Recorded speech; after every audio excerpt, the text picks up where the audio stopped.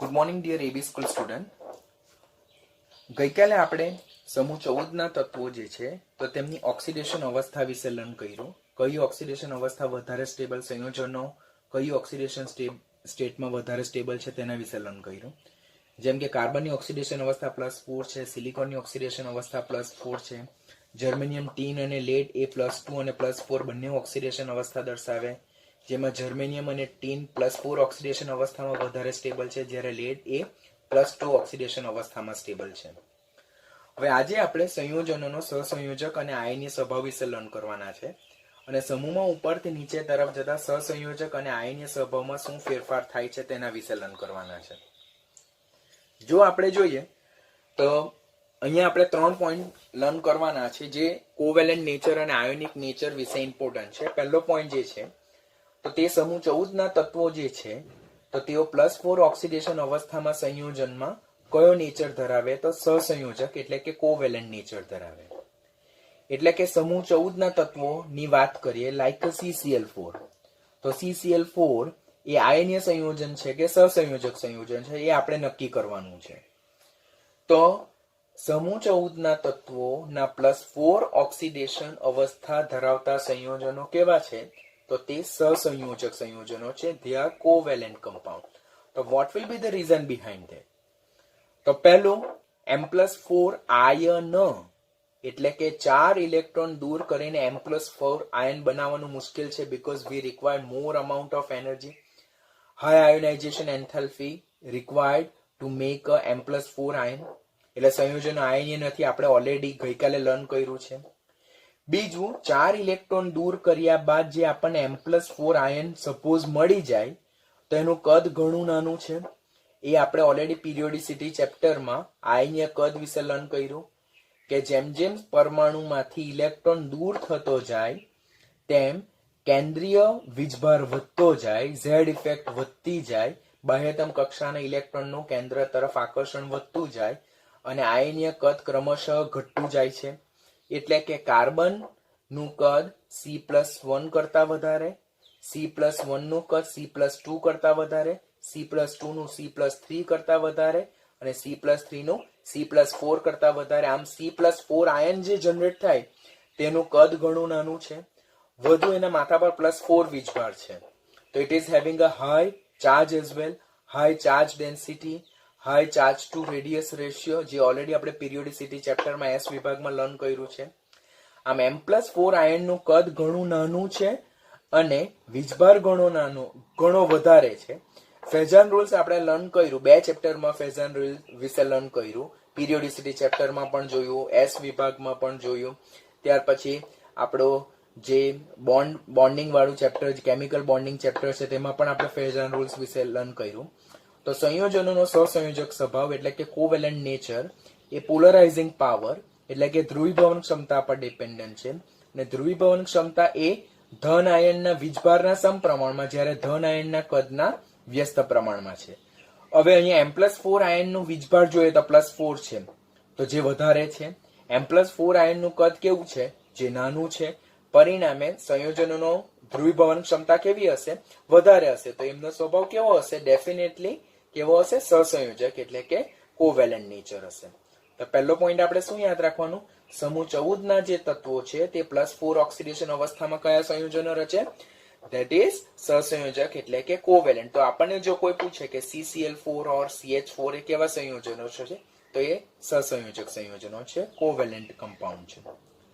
Second, which one is also very important for NEET point of view, આ પણ તમારે ખાસ ધ્યાનથી લર્ન કરવાનું કે નીચી ઓક્સિડેશન અવસ્થામાં સંયોજનો મોટે ભાગે કેવા સ્વભાવ ધરાવે છે, આયનીય સ્વભાવ ધરાવે, આયોનિક નેચર ધરાવે. આપણે લાસ્ટ લેક્ચરમાં જોયું કે સમૂહ 14 ના જે તત્વો છે તો તેમની 2 પ્રકારની સામાન્ય ઓક્સિડેશન અવસ્થા જોવા મળે, એક +4 અને બીજી +2.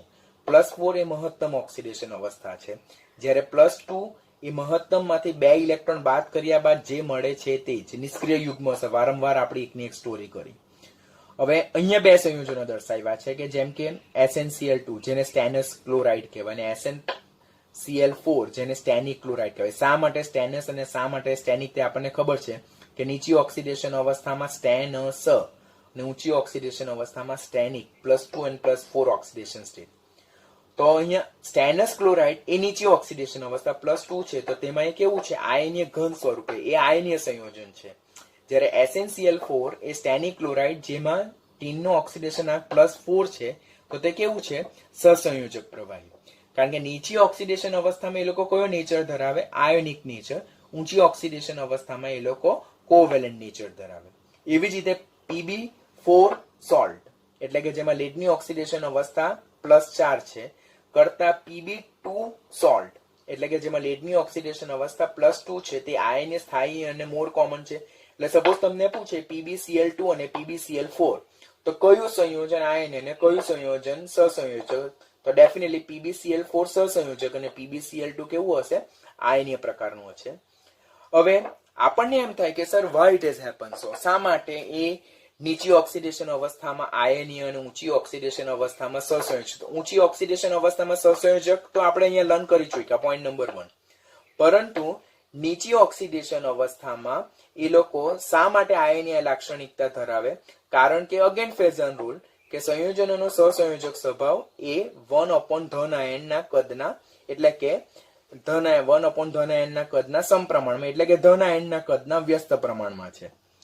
જો આપણે આયનીય કદ જોઈએ, અત્યારે જ મેં તમને શીખવાડ્યું તે પ્રમાણે કે M+4 આયનનું કદ M+2 કરતા કેવું છે, નાનું છે. એટલે M+2 નું કદ વધારે.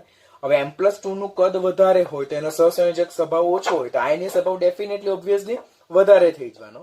એટલે કે M+4 સંયોજનો એ કદમાં નાના હોવાથી એ વધુ સહસંયોજક છે, જ્યારે M+2 વાળા સંયોજનો જે કદમાં મોટા હોવાથી એ ઓછા સહસંયોજક અને વધુ આયનીય પ્રકારના હશે. આમ જે સમૂહ 14 ના તત્વો જે છે તો તે નીચી ઓક્સિડેશન અવસ્થામાં આયનીય સ્વભાવ ધરાવે અને ઊંચી ઓક્સિડેશન અવસ્થામાં સહસંયોજક સ્વભાવ ધરાવે છે. As we move down in a same group, the covalent nature of compound is going to decrease while ionic nature is going to increase. એટલે કે સમૂહમાં આપણે જેમ ઉપરથી નીચે તરફ જઈએ છીએ તેમ સંયોજનોનો સહસંયોજક સ્વભાવ ક્રમશઃ કેવો થતો જાય, ઘટતો જાય છે, જ્યારે સંયોજનોનો આયનીય સ્વભાવ ક્રમશઃ કેવો થતો જાય છે, વધતો જાય છે. એ પણ તમારે યાદ રાખવાનું, ટ્રુ ફોલ્સ સ્ટેટમેન્ટમાં પૂછાઈ શકે.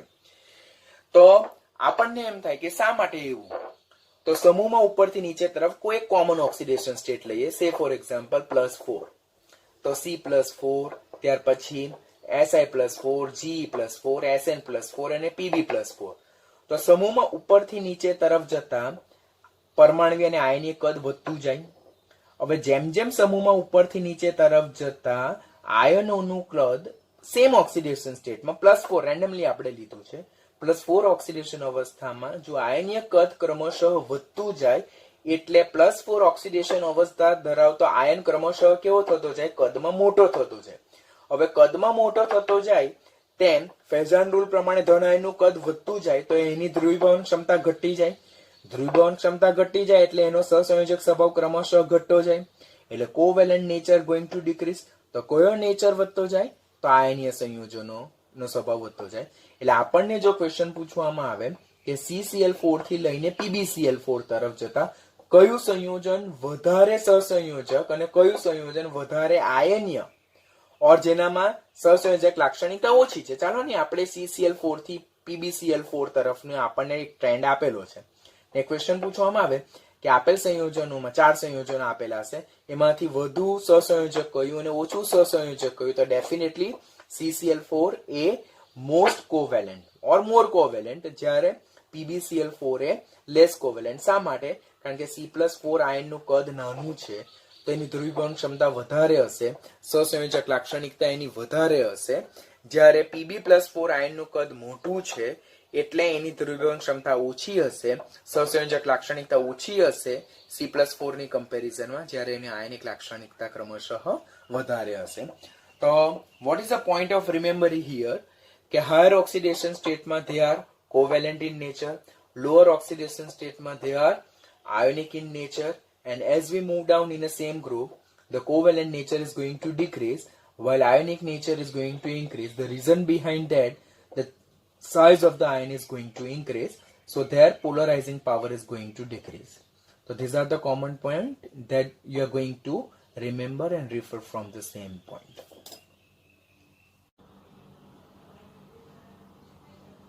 Now, next point, the tendency to form p-pi bonds, એટલે કે p-pi બંધ બનાવવાની વૃત્તિ.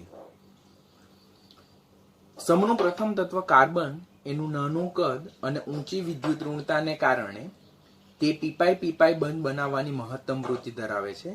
હવે આ પોઈન્ટ જે છે તો 15મા સમૂહમાં પણ આવશે, 16મા સમૂહમાં બી આવશે, 17મા સમૂહમાં પણ આવશે, એટલે આ પોઈન્ટને ધ્યાનથી લર્ન કરવાનું.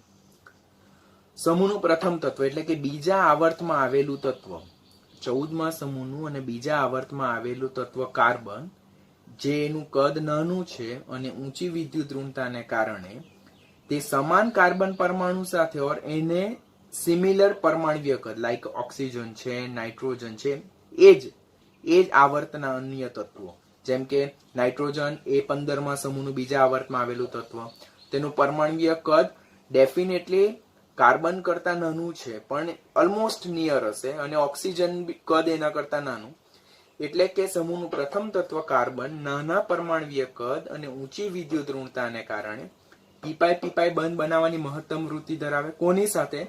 સમાન કાર્બન પરમાણુ સાથે ઓર એના કરતા નાના ઓર એના જેટલા પરમાણ્વીય કદ ધરાવતા પરમાણુ સાથે, લાઈક કાર્બન કાર્બન વચ્ચે દ્વિબંધ જોવા મળે, કાર્બન કાર્બન વચ્ચે ત્રિબંધ જોવા મળે, એટલે એમના વચ્ચે કોવેલેન્ટ અને p-pi બંધ છે, પાઈ બંધ જોવા મળે. Carbon oxygen C double bond O, carbon nitrogen C double bond N, carbon અને નાઇટ્રોજન વચ્ચે C ટ્રિપલ બોન્ડ N. આમ સમૂહનું પ્રથમ તત્વ કાર્બન એના નાના કદ અને ઊંચી વિદ્યુત ઋણતાને કારણે એ સમાન કાર્બન પરમાણુ સાથે ઓર એને સમાન બીજા પરમાણુ સાથે એ p-pi બંધ બનાવવાની એટલે કે પાઈ બંધ બનવાની વૃત્તિ ધરાવે છે. બીજો પોઈન્ટ જો જોઈએ તો સમૂહમાં ઉપરથી નીચે તરફ જતા એટલે કે કાર્બન થી લેડ તરફ જતા જેમ પરમાણ્વીય કદ વધતું જાય છે તેમ વિદ્યુત ઋણતા ડેફિનેટલી ડિક્રીઝ થતી જાય. આપણે અગાડી પોઈન્ટ જોઈ ગયેલા છે તેમ p-pi બંધ બનાવવાની વૃત્તિ ક્રમશઃ કેવી થતી જાય? ઘટતી જાય. તો ક્વેશ્ચન પૂછાય અહીંયાથી કે સમૂહ 14માં કયું તત્વ p-pi બંધ બનાવવાની મહત્તમ વૃત્તિ ધરાવે છે? તો તે કાર્બન. અને કોણ સૌથી ઓછી વૃત્તિ ધરાવે? તો એ લેડ આવશે. તો એટલે કે સમૂહના અન્ય તત્વો જે છે રેધર ધેન કાર્બન, તો એ લોકો p-pi બંધ બનાવતા નથી, બીકોઝ જેમ આપણે કાર્બન થી સિલિકોન, જર્મેનિયમ, ટીન અને લેડ તરફ આગળ વધતા જઈએ તો એ લોકોમાં બાહ્યતમ કક્ષા કઈ આવતી જાય? 3p આવતી જાય, 4p આવતી જાય, પછી 5p આવતી જાય, 6p આવતી જાય. તો આમ as V move down in a group, સમૂહમાં ઉપરથી નીચે તરફ જતા તેમ જેમ જેમ એટોમિક ઓર્બિટલ્સ એટલે કે પરમાણ્વીય કક્ષકો કદમાં મોટી થતી જાય તેમ તેમ તેમનું ઇફેક્ટિવ ઓવરલેપિંગ ઘટતું જાય. એટલે જે એમની સંમિશ્રણ પામવાની ક્ષમતા જે છે તે ક્રમશઃ ઘટી જાય. એટલે જેમ સમૂહમાં ઉપરથી નીચે તરફ આવીએ તેમ પરમાણ્વીય કદ જેમ વધે, વિદ્યુત ઋણતા જેમ ઘટતી જાય, પછી પરમાણ્વીય કક્ષકો જેમ કદમાં મોટી થતી જાય તેમ તેમ તેમની સંમિશ્રિત થવાની વૃત્તિ એટલે ઇફેક્ટિવ ઓવરલેપિંગ ક્રમશઃ ઘટતું જાય, તેમ તેમ p-pi મલ્ટિપલ બોન્ડ બનાવવાની વૃત્તિ ક્રમશઃ ઘટતી જાય. માટે જો જોઈએ તો ધીસ ઇઝ ઇમ્પોર્ટન્ટ ક્વેશ્ચન, જે હાયર રેફરન્સ બુક જે છે તો તેમાં આના પર ખાસ એ લોકો ભાર આપેલું છે. ટેક્સ્ટ બુકમાં આ પોઈન્ટ મિસિંગ છે, નીટ માટે તમારે યાદ રાખવાનું. તો સિલિકોન એ 14મા સમૂહનું અને ત્રીજા આવર્તમાં આવેલું તત્વ. તો સિલિકોનની 3p કક્ષક અને સેકન્ડ આવર્તમાં આવેલા તત્વો લાઈક છે કાર્બન, નાઇટ્રોજન અને ઓક્સિજનની 2p કક્ષક વચ્ચે જે ઓવરલેપિંગ થવું જોઈએ તે કેવું ઓવરલેપિંગ છે? પુઅર. એટલે કે જે સંમિશ્રણ થવું જોઈએ કોનું? આપણે કોની વાત કરી રહેલા છે અહીંયા? સિલિકોનની વાત કરી રહેલા છે. સિલિકોન ક્યાં આવેલું છે? 14મા સમૂહનું ત્રીજા આવર્તનું એટલે બીજા ક્રમાંકનું તત્વ. તો એની બાહ્યતમ કક્ષાની ઇલેક્ટ્રોનીય સંરચના શું છે? 3s2 3p2. એટલે બાહ્યતમ કક્ષામાં કઈ કક્ષક આવેલી? 3p કક્ષક આવેલી. તો એ કોની સાથે ઓવરલેપિંગ કરવાની વાત કરતા છે? સેકન્ડ આવર્તના તત્વો. સેકન્ડ આવર્તના કયા તત્વો? તો કાર્બન, નાઇટ્રોજન અને ઓક્સિજન. તેમની પાસે કઈ કક્ષક આવેલ છે બાહ્યતમ કક્ષામાં? 2p. તો સિલિકોનની 3p અને ઓક્સિજન, નાઇટ્રોજન અને કાર્બનની 2p કક્ષક વચ્ચે પુઅર ઓવરલેપિંગ જોવા મળે. શા માટે? તો 2p કરતા 3p કદમાં મોટી છે, બરાબર, એને કારણે એ લોકો સરળતાથી સંમિશ્રિત થઈ શકતા નથી. જેને કારણે તેમના વચ્ચે કેવો બંધ રચાય છે? નિર્બળ બંધ રચાય છે. Sometimes it is saying that silicon is not making pi bond.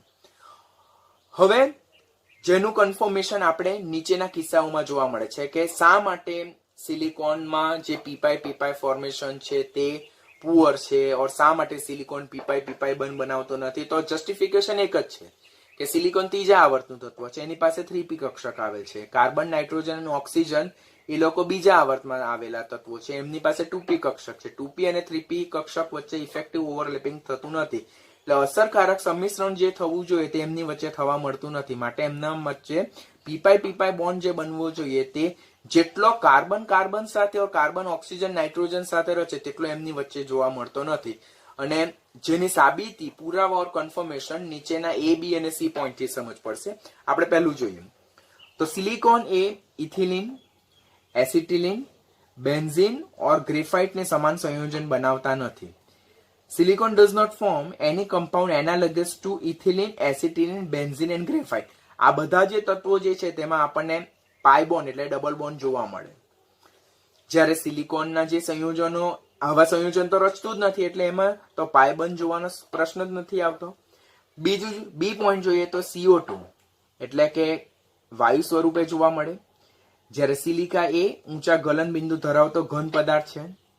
CO2 A gaseous ફોર્મમાં જોવા મળે, જ્યારે સિલિકા SiO2 એ ઊંચા ગલન બિંદુ ધરાવતા ઘન પદાર્થ તરીકે જોવા મળે. કારણ કે CO2 જે છે કાર્બન ડાયોક્સાઇડ, તેમાં કાર્બન અને ઓક્સિજન વચ્ચે જો પાઈ બંધ રચાય છે, એટલે તેમાં 2 કાર્બન ઓક્સિજન બંધ જોવા મળે છે. માટે તે કયા સ્વરૂપમાં જોવા મળે? વાયુ સ્વરૂપમાં જોવા મળે. જ્યારે સિલિકા એ 3 ડાયમેન્શનલ એટલે ત્રિપરિમાણીય સિલિકોન ઓક્સિજન નેટવર્ક રચના ધરાવતો પદાર્થ છે, જેને કારણે તે કયા સ્વરૂપમાં છે? ઘન સ્વરૂપમાં. અહીંયા આપણે પાઈ બોન્ડ જોવા મળતો નથી. It's a single bond. જ્યારે ઇટ્સ અ ડબલ બોન્ડ. જ્યારે પી બંધ રચાય ત્યારે ડબલ બોન્ડ રચાય. તમે ઓલરેડી ઓર્ગેનિક કેમિસ્ટ્રીમાં એના વિશે લર્ન કરેલું હશે.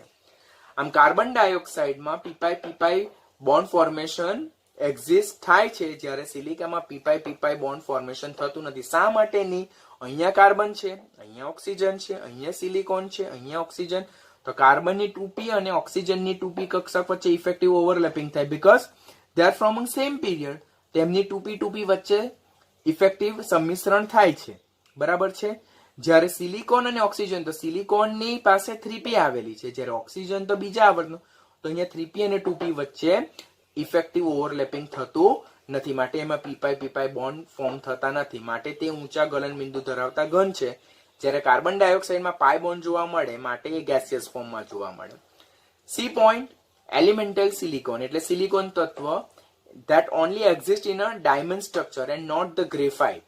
ડાયમંડ જે છે તેમાં જે કાર્બનના અપર રૂપો આપણે આગળ લર્ન કરવાના છે, કાર્બનના અપર રૂપો જેમાં ડાયમંડ જેને હીરો કહેવામાં આવે, તો તેમાં આપણી પાસે ડબલ બોન્ડ નથી, એટલે એમાં પી બોન્ડ જોવા નહીં મળે. જ્યારે ગ્રેફાઇટમાં ડબલ બોન્ડ જોવા મળે, એટલે એમાં પી બોન્ડ જોવા મળે.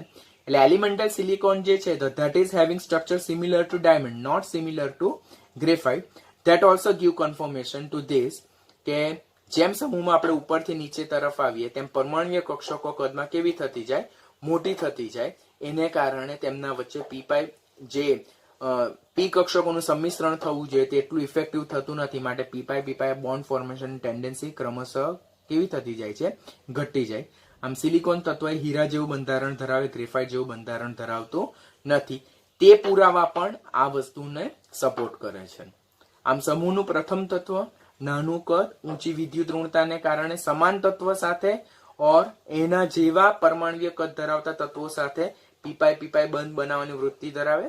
સમૂહમાં ઉપરથી નીચે તરફ જઈએ તેમ જેમ પરમાણ્વીય કદ વધતું જાય, વિદ્યુત ઋણતા ઘટતી જાય, પરમાણ્વીય કક્ષકો કદમાં મોટી થતી જાય, તેમ ઇફેક્ટિવ ઓવરલેપિંગ ઘટતું જાય અને પી બંધ બનાવવાની વૃત્તિ ક્રમશઃ ઘટી જાય છે. નેક્સ્ટ ટોપિક જે છે તો તે છે પી ડીપાઇડ બંધ બનાવવાની વૃત્તિ, એટલે ટેન્ડન્સી ટુ ફોર્મ પી બોન્ડ. હવે આપણે લાસ્ટમાં જોયું કે સમૂહનું પ્રથમ તત્વ નાનું કદ અને ઊંચી વિદ્યુત ઋણતાને કારણે સમાન પરમાણુ સાથે ઓર એના જેવા એટલે કે સમાન આવર્તના તત્વો સાથે પી બંધ બનાવવાની વૃત્તિ ધરાવે. સમૂહમાં ઉપરથી નીચે તરફ જતા આ પી બંધ બનાવવાની વૃત્તિનું વલણ ઘટતું જાય છે. હવે પી પાઈ ડી પાઈ બંધ એટલે શું? તો પી કક્ષકો અને ડી કક્ષકો વચ્ચે સંમિશ્રણ. સમૂહનું પ્રથમ તત્વ કાર્બન જે છે, જે બીજા આવર્તમાં આવેલું તત્વ છે. હવે આપણને ખ્યાલ છે કે બીજા આવર્તમાં તો ડી કક્ષકો ગેરહાજર હોય, પરિણામે કાર્બન પાસે સંયોજકતા કોષમાં ડી કક્ષકના અભાવને કારણે કાર્બન એ ડી પાઈ પી પાઈ બંધ બનાવી શકતો નથી. સમૂહમાં જેમ ઉપરથી નીચે તરફ જઈએ તેમ ડી કક્ષકોનો ઉમેરો થતો જાય. માટે the element other than carbon, carbon સિવાયના સમૂહના અન્ય તત્વો પાસે ડી કક્ષકોની હાજરી છે, માટે તે લોકો ડી પાઈ પી પાઈ બંધ ઓર પી પાઈ ડી પાઈ બંધ બનાવી શકે છે. હવે અહીંયાથી ક્વેશ્ચન પહેલો શું પૂછાય કે સમૂહ 14 નું કયું તત્વ પી પાઈ ડી પાઈ બંધ બનાવી શકે છે? તો કાર્બન બનાવી શકતું નથી. જ્યારે કાર્બન સિવાયના સમૂહના અન્ય તત્વો પી પાઈ ડી પાઈ બંધ બનાવવાની વૃત્તિ ધરાવે છે. કાર્બન કેમ નથી બનાવી શકતું? બીકોઝ કાર્બન એ બીજા આવર્તમાં આવેલું તત્વ છે અને એની પાસે ડી કક્ષકોનો અભાવ છે. સમૂહના અન્ય તત્વો શા માટે પી પાઈ ડી પાઈ બંધ બનાવી શકે છે? તો સમૂહના અન્ય તત્વો એટલે ત્રીજા આવર્તથી સાતમા આવર્ત સુધી જોઈએ તેમ ડી કક્ષકો હાજર હોવાને કારણે એ લોકો પી પાઈ ડી પાઈ બંધ બનાવી શકે છે. આ જે પી પાઈ ડી પાઈ બંધ બનાવવાની વૃત્તિ જે છે, તો તે સિલિકોનમાં ખાસ જોવા મળે છે. Most probable when it is combined with oxygen and nitrogen.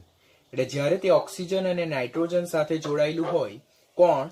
Silicon, ત્યારે તેમાં પી પાઈ ડી પાઈ બંધ બનાવવાનું વલણ ખાસ જોવા મળે, જેનું એક્સપ્લેનેશન અહીંયા આપેલ છે. It's a important question. Text બુકમાં નથી મેન્શન કરેલું, બટ બધી રેફરન્સ બુક, જે નીટની રેફરન્સ બુક આપણે રિફર કરીએ તે બધી જ બુકમાં આના રિલેટેડ બહુ ડિટેલમાં એક્સપ્લેન કરેલું છે. આપણે ખાસ ધ્યાનથી લર્ન કરવાનું.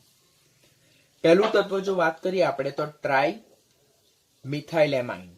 It's a methyl, it's a tri methyl amine. તો આ ટ્રાય મિથાઇલ એમાઇન જે છે તેનું સ્ટ્રક્ચર કેવા જોવા મળે છે? આપણને પિરામિડલ સ્ટ્રક્ચર જોવા મળે છે. અને તે કયા તરીકે વર્તે છે?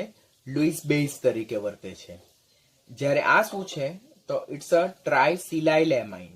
ટ્રાયસિલાઇલ એમાઇન જેનું સ્ટ્રક્ચર કેવું છે? પ્લેનર સ્ટ્રક્ચર છે અને તે ખૂબ જ ઓછો બેઝિક સ્વભાવ ધરાવે છે.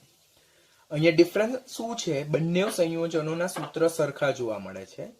અહીંયા પણ નાઇટ્રોજન છે, અહીંયા પણ નાઇટ્રોજન છે, અહીંયા પણ હાઇડ્રોજન છે, અહીંયા બી હાઇડ્રોજન છે, અહીંયા કાર્બન જે બીજા આવર્તનું તત્વ છે, જ્યારે અહીંયા સિલિકોન એ ત્રીજા આવર્તનું તત્વ છે. તો અહીંયા બીજા અને ત્રીજા આવર્તના તત્વોમાં ડિફરન્સ આવે તો આ પિરામિડલ સ્ટ્રક્ચર ધરાવે અને આ પ્લેનર સ્ટ્રક્ચર ધરાવે. આ લુઇસ બેઝ તરીકે વર્તે, જ્યારે આ ખૂબ ઓછો બેઝિક સ્વભાવ ધરાવે. તો આ જે વસ્તુ છે તેનું એક્સપ્લેનેશન બધું અહીંયા મેન્શન કરેલું છે. તો આ બંને સંયોજનો છે તેના સૂત્રો સરખા છે, પરંતુ તેમના બંધારણ સંપૂર્ણપણે કેવા છે? જુદા છે. It's a pyramidal structure, why it's a planar. એક જ સમૂહના બંને સંયોજનો છે તો પણ આ પિરામિડલ છે અને આ પ્લેનર સ્ટ્રક્ચર ધરાવે. તો what will be the reason behind that? તો આપણે ટ્રાય મિથાઇલ એમાઇન ની વાત કરીએ છીએ. આ ટ્રાય મિથાઇલ એમાઇન, અહીંયા એમ મિસિંગ છે. તો ટ્રાય મિથાઇલ એમાઇન જે છે તો તેમાં કાર્બન અને નાઇટ્રોજન એ sp3 સંકરણ ધરાવે છે. અહીંયા મેન્શન કરેલું છે કે જેમાં કાર્બન અને નાઇટ્રોજનનું સંકરણ કેવું જોવા મળે કે ટ્રાય મિથાઇલ એમાઇનમાં નાઇટ્રોજનના સંકરણ વિશે વાત કરેલો તો તેમાં 4 sp3 હાઇબ્રિડાઇઝ ઓર્બિટલ હોય with one lone pair of electron as structure is mentioned here. કે અહીંયા 2s અને 2p બધા જ હાઇબ્રિડાઇઝેશનમાં ટેક પાર્ટ લે છે, એટલે સંકરણમાં ભાગ લે. એટલે 4 sp3 સંકરકૃત કક્ષકો હોય, તેમાં 4 sp3 સંકરકૃત કક્ષકો હોય તેમાંથી 3 sp3 સંકરકૃત કક્ષકો તો જે સહસંયોજક બને એટલે કોવેલેન્ટ બોન્ડ ફોર્મમાં ભાગ લે. જ્યારે ચોથી sp3 સંકરકૃત કક્ષક છે તે કયા સ્વરૂપે જોવા મળે? આપણને લોન પેર સ્વરૂપે જોવા મળે. લોન પેર ઓફ ઇલેક્ટ્રોન, અબંધકારક ઇલેક્ટ્રોન સ્વરૂપે જોવા મળે. અને as one of the sp3 hybridized orbital is occupied by lone pair of electron, it is having which kind of geometry? Tetrahedral geometry, ચતુષ્ફલકીય જીઓમેટ્રી છે, ભૌમિતિક સંરચના, અને એનો આકાર કેવો છે? પિરામિડલ છે. હવે આની પાસે એક લોન પેર ઓફ ઇલેક્ટ્રોન છે, પરિણામે એ કયા તરીકે વર્તે છે? લુઇસ બેઝ તરીકે વર્તે છે. હું તમને શું કહેવા માંગુ છું કે આપણી પાસે બે સંયોજનો છે, એક ટ્રાય મિથાઇલ એમાઇન અને બીજું છે ટ્રાય સિલાઇલ એમાઇન. બંનેમાં હાઇડ્રોજન નાઇટ્રોજન સમાન છે, ખાલી ડિફરન્સ કાર્બન અને સિલિકોનનો જ છે. એક જ 14મા સમૂહના બીજા અને ત્રીજા આવર્તના સંયોજનો છે. બંનેના સૂત્રો સરખા દેખાય છે, પરંતુ બંનેના આકાર ટોટલી ડિફરન્ટ છે. તેનું જસ્ટિફિકેશન લર્ન કરતા છે આપણે. આપણે પહેલા ટ્રાયમિથાઇલ એમાઇન ની વાત કરીએ તો ટ્રાયમિથાઇલ એમાઇનમાં નાઇટ્રોજનનું સંકરણ કયું છે? sp3 સંકરણ. 4 sp3 સંકરકૃત કક્ષકો છે, તેમાં ચોથી સંકરકૃત કક્ષક એ આપણને લોન પેર ઓફ ઇલેક્ટ્રોન સ્વરૂપે જોવા મળે. એટલે એક અબનકારક ઇલેક્ટ્રોન યુગ્મની હાજરીને કારણે એ અબનકારક ઇલેક્ટ્રોન યુગ્મનું દાન કરી શકે છે, માટે આ પ્રબળ લુઈસ બેઝ તરીકે વર્તે છે. અને એનું બંધારણ કેવું છે? પિરામિડલ છે અને જીઓમેટ્રી ટેટ્રાહેડ્રલ છે. પરંતુ એ જ સમૂહનું બીજું તત્વ ટ્રાયસિલાઇલ એમાઇન વિશે જો વાત કરીએ આપણે, તો તેમાં ટ્રાયસિલાઇલ એમાઇનમાં નાઇટ્રોજન જે છે તો તેનું સંકરણ કયું છે? sp2 હાઇબ્રિડાઇઝેશન છે. જો 2s 2p અને 2pz માં 2 લોન પેર ઓફ ઇલેક્ટ્રોન છે. તો સંકરણ જોઈએ એમાં તો sp2 સંકરણ જોવા મળે છે, જેમાં ટ્રાયસિલાઇલ એમાઇનમાં નાઇટ્રોજન એ sp2 હાઇબ્રિડાઇઝ હોય અને નાઇટ્રોજન પર રહેલા અબનકારક ઇલેક્ટ્રોન એ 2p કક્ષક ધારણ કરે છે. જો આ જે અબનકારક ઇલેક્ટ્રોન જે છે તો that is occupied by 2p orbitals. આમ જે 3 sp2 કક્ષકો છે 1 2 અને 3 એટલે 3 sp2 હાઇબ્રિડાઇઝ ઓર્બિટલ્સ જે છે તો તેમ નાઇટ્રોજન અને આ જે SiH3 સંયોજન છે તેની સાથે કોવેલેન્ટ બોન્ડ ફોર્મ કરવામાં યુટિલાઇઝ થાય છે અને જે એને બંધારણ કેવું આપે? સમતલીય ત્રિકોણીય એટલે કે પ્લેનર ટ્રાયેંગલ જે બંધારણ છે તે આપે છે. જ્યારે ચોથું જે લોન પેર ઓફ ઇલેક્ટ્રોન જે છે તો that is occupied by what? તો that is occupied by p orbitals. હવે નાઇટ્રોજન પર રહેલી જે આ ફિલ્ડ 2p ઓર્બિટલ્સ એટલે કે જે ભરેલી 2p કક્ષક જે છે ચોથી, બરાબર, ત્રીજીની વાત કરીએ આપણે, તો એ કોની સાથે સંમિશ્રિત થાય છે? તો એ સિલિકોનમાં રહેલા ડી કક્ષક, ખાલી પડેલી ડી કક્ષક. આપણે જોયું છે તેમ કે સિલિકોન એ ત્રીજા આવર્તનું તત્વ છે તો તેની પાસે ડી કક્ષક છે, પણ એ કેવી છે? ખાલી છે. તો નાઇટ્રોજન પાસે 2p કક્ષકમાં જે આપણી પાસે લોન પેર ઓફ ઇલેક્ટ્રોન જે છે તો તે SiH3 માં સિલિકોન પરમાણુ પાસે રહેલી ખાલી પડેલી 3d કક્ષક છે તેની સાથે એ ઇફેક્ટિવ ઓવરલેપિંગ કરે અને એ શું બનાવે છે? p pi d pi bond બનાવે છે. આમ નાઇટ્રોજન પર રહેલી ફિલ્ડ 2p ઓર્બિટલ્સ એ 3 સિલિકોન પરમાણુ પાસે જે 3d કક્ષકો છે તેની સાથે ઓવરલેપ થાય અને p pi d pi બંધનું નિર્માણ થાય છે. અને because it is form filled p orbital to an empty d orbital, જેને કારણે કયો બંધ રચાય છે? નાઇટ્રોજન સિલિકોન બંધ રચાય, p pi d pi બંધ રચાય અને એની બંધ લંબાઈ ક્રમશઃ કેવી થતી જાય છે? ઘટી જાય છે. એના વિશે જો આપણે લર્ન કરીએ તો વધારે ડિટેલ આપણને અહીંયાથી ખ્યાલ આવશે કે આપણે જોયું કે નાઇટ્રોજન છે તો તેમાં એની સાથે 3 SiH3 અણુ જોડાયેલા છે, બીકોઝ એનું બંધારણ ટ્રાયસિલાઇલ જે એમોનિયા જે છે નાઇટ્રોજન છે તે, તો તેની સાથે 3 SiH3 અણુ જોડાયેલા છે.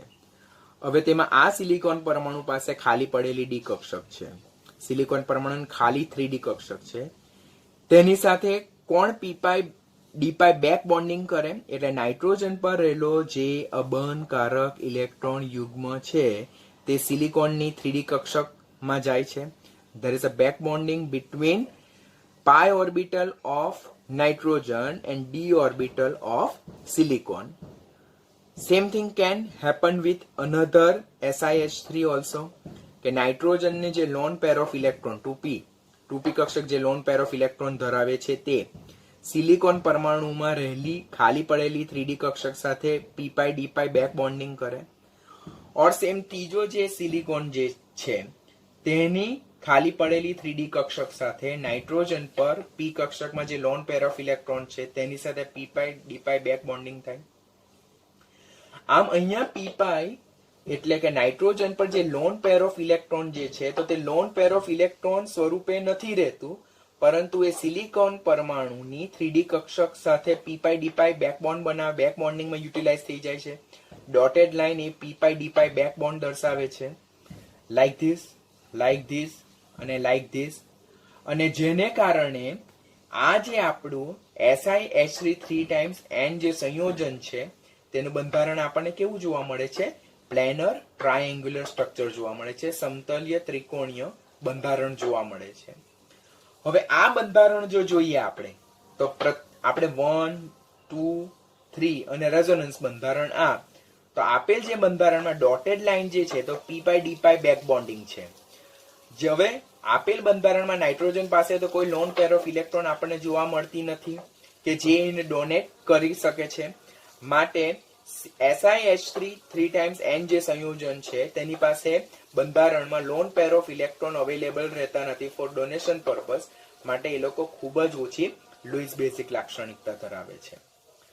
સમાન p પાઈ d પાઈ બેક બોન્ડિંગ જે છે તો ટ્રાયમિથાઇલ એમોનિયા જે છે તેમાં આપણને જોવા મળતું નથી. શા માટે આ સંયોજનમાં એ શક્ય નથી? કારણ કે p પાઈ d પાઈ બોન્ડ ફોર્મેશન માટે કાર્બન પાસે ડી કક્ષક હાજર હોવી જોઈએ, પરંતુ કાર્બન તો બીજા આવર્તનું તત્વ છે અને બીજા આવર્તમાં તો ડી કક્ષકનો સમાવેશ થતો નથી. માટે આપેલ સંયોજનમાં ડી કક્ષક ગેરહાજર હોવાને કારણે આમાં p પાઈ d પાઈ બંધ જોવા મળતો નથી. જ્યારે અહીંયા C ની જગ્યાએ જો Si મૂકવામાં આવે તો p પાઈ d પાઈ બંધ જોવા મળે, બીકોઝ સિલિકોન એ ત્રીજા આવર્તનું તત્વ છે અને ત્રીજા આવર્તમાં ખાલી પડેલી 3D કક્ષક હોય તો આ નાઇટ્રોજન પાસેથી એ 3D કક્ષકમાં p પાઈ d પાઈ બેક બોન્ડિંગ શક્ય છે. આમ CH3 3 ટાઈમ્સ n એ લુઇસ બેઝ તરીકે વર્તે છે, જ્યારે SiH3 3 ટાઈમ્સ n એ લુઇસ બેઝ તરીકે વર્તી શકતું નથી. કન્સેપ્ટ વેરી ઇમ્પોર્ટન્ટ છે, ખૂબ ડિટેલમાં શીખવાનું. ડોટેડ લાઈન જે બધી અહીંયા મેન્શન કરેલી છે તે નાઇટ્રોજનની p કક્ષકમાં રહેલા લોન પેર અને સિલિકોનની જે ખાલી 3D કક્ષક છે તેના વચ્ચેનું p પાઈ d પાઈ બેક બોન્ડિંગ વિશેનો નિર્દેશ કરે છે.